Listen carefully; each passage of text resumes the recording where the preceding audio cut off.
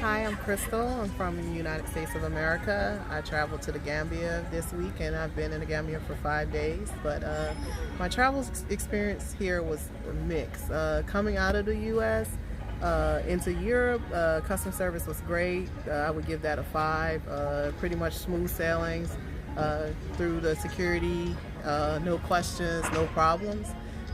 Then it went downhill from there coming into Europe. You had the passport control, constantly being asked to show my passport, being searched by dogs while you're waiting in line, not actually getting a seat to sit in a terminal when you have a 2.5 to 3 hour layover between connecting flights. Just the way when they realized that I wasn't exiting into Europe as an American and I was transferring forward over to Africa, it seemed like the whole dimension of people kind of changed when they realized that we're continental Africans going to Africa, traveling from America. The security was tighter, customer service went down from here. I would give customer service in Europe 2, because at least they let us get here. Transitioning in America, customer service was high. They were very accommodating when they thought that we were going to Europe to spend money in Europe. But when they realized that you're actually vacationing and transitioning into Africa, then it really changes. So, my sister to fly, which makes it uncomfortable, especially if you have long flights.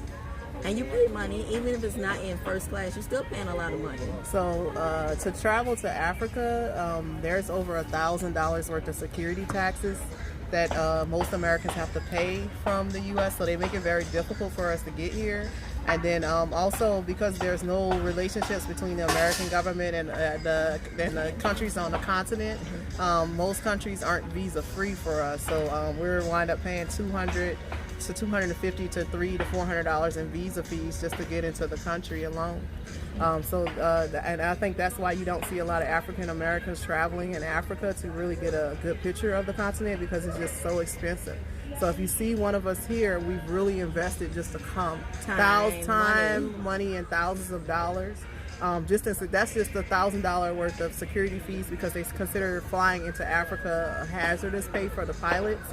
And so if you actually break down our ticket, half of our ticket cost is actually going to the various governments that charge us various security fees and taxes just to get here to the continent. So the average cost for an American to actually get a flight ticket to Africa is about $2,000 US. And also just the visa fees alone can range anywhere from $200, $100 to up to $300 just to get a visa, and that's a visa per country. So let's say I'm sitting here in the Gambia right now and I wanted to go across the river to Senegal. I have to find another $100 US and try to apply for a visa to even go and get on the ferry, which is just less than 30 minutes up the road to even go into Senegal. Yeah. So it's very costly for the average American to come here. So the average Black American is just not financially in a place where they have thousands, unless they saved up over a time to even come to visit. My friend saved up a year to go to South Africa for a wedding, and she was like, her ticket was $2,000 something. Yeah, and half of that is not even the cost of the ticket. It's just the various government security fees they charge us. Why do you think that is? Do you think that applies to white Americans as well, or all Americans? All Americans. They can't just focus on a particular. It's not race base. I think it's like economics base. They don't have no economics or I think it's like economic. For me, I think there's no real reason to have those security fees other than they're trying to economically oppress the continent by keeping Americans out of the continent and keeping dollars out of the economy. Yeah.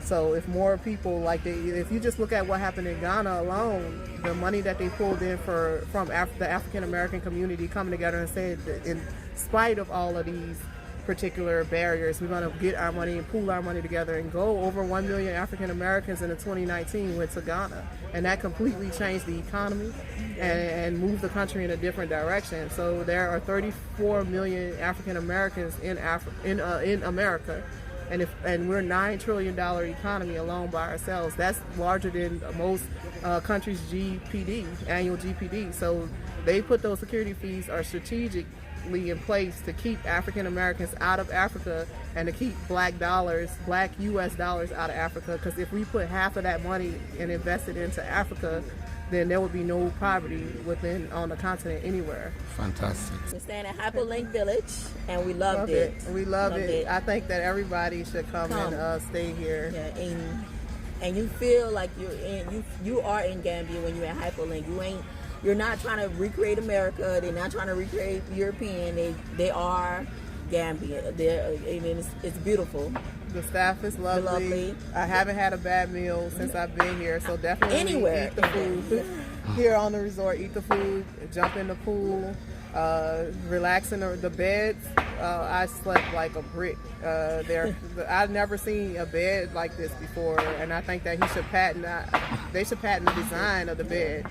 They've handmade the beds, and it's just a lovely resort. They have a full campus here.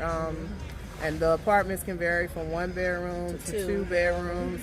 And it's fully equipped. Everything you need is within reach. If you want to cook your own meals daily, it's a fully equipped kitchen. You can cook your meals daily. But I would more so suggest that you're probably not going to cook. You're going to eat at the restaurant. You're going to eat the local food, and it's going to be delicious. And don't be afraid to come and explore. But I think that Hyperlink is definitely the place that you need to come. Thank you. Thank you.